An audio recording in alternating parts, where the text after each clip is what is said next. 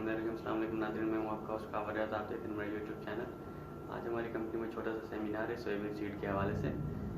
तो जैसे कि आपको मालूम है कि पाकिस्तान जो सोयाबीन सीड है वो अमेरिका, ब्राज़ील या यूक्रेन से लेता है। तो अफगानिस्तान में समंदर ना होने की वजह से यहाँ पे कोई बंदरगाह नहीं है और डायरेक्ट अमेरिका या ब्राज़ील या यूक्रेन से सीड नहीं आ सकता।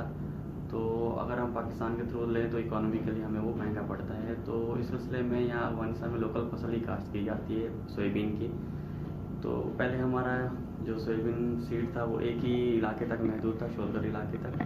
तो इस बार हमने पूरे अफगानिस्तान से ऐसे इलाके जो पानी और ज़मीन ज़रख़ेज़ इन इलाकों की पानी वापस मकदार में मौजूद है, तो वहाँ हमने उन फार्मर्स को बुलाया है। तो उनको हम सीड प्रोवाइड करेंगे ताकि वो नेक्स्ट ईयर हमें कम से कम 2000 या 3000 टन सीड सोयाबीन सीड हमें दें ताकि हम उससे ऑयल और मील बना सकें।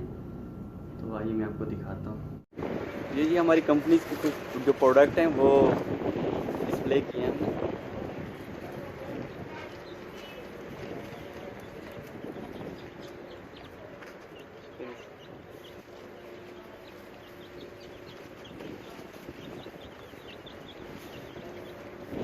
डॉक्टर शाह साहब हैं ये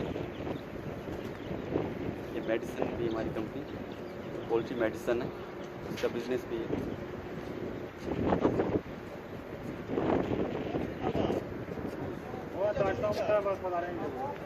ये कॉटन का बिजनेस है, ये कॉटन पाकिस्तान जाता है।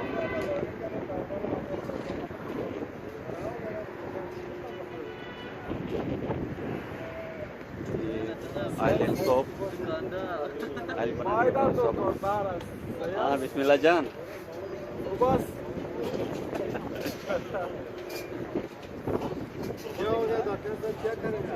वीडियो बनाएगा। ये एक्टेड NGO है, वो हमसे कैटल फीड खरीदता है।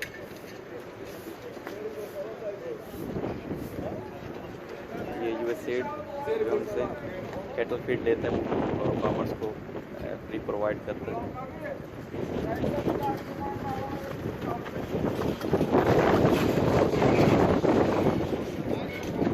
ये सोयाबीन सीड है, ये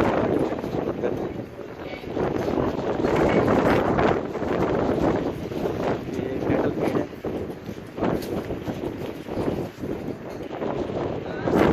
फीड है और ये meat cattle feed.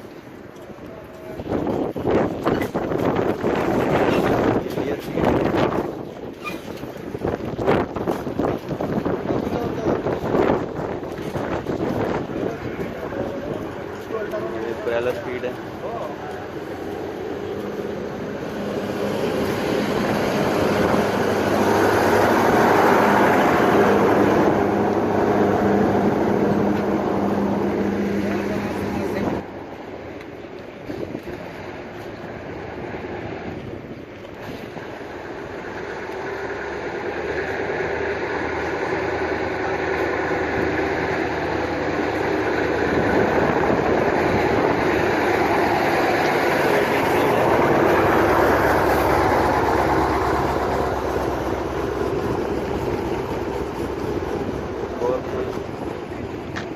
Canola seed है, ये फ्लैक्स सीड है, ये सनफ्लावर सीड है, ये नक्कू या ग्रीन चावल, ये दूध है, यहाँ के लोकल प्रोडक्ट है दूध। खसखस केक है।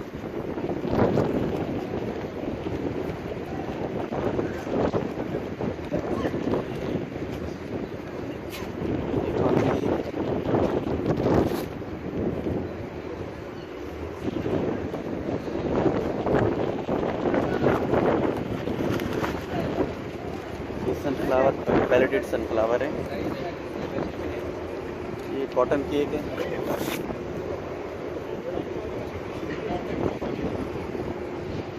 ये कॉटन सीड है। उसके बाद इसको ये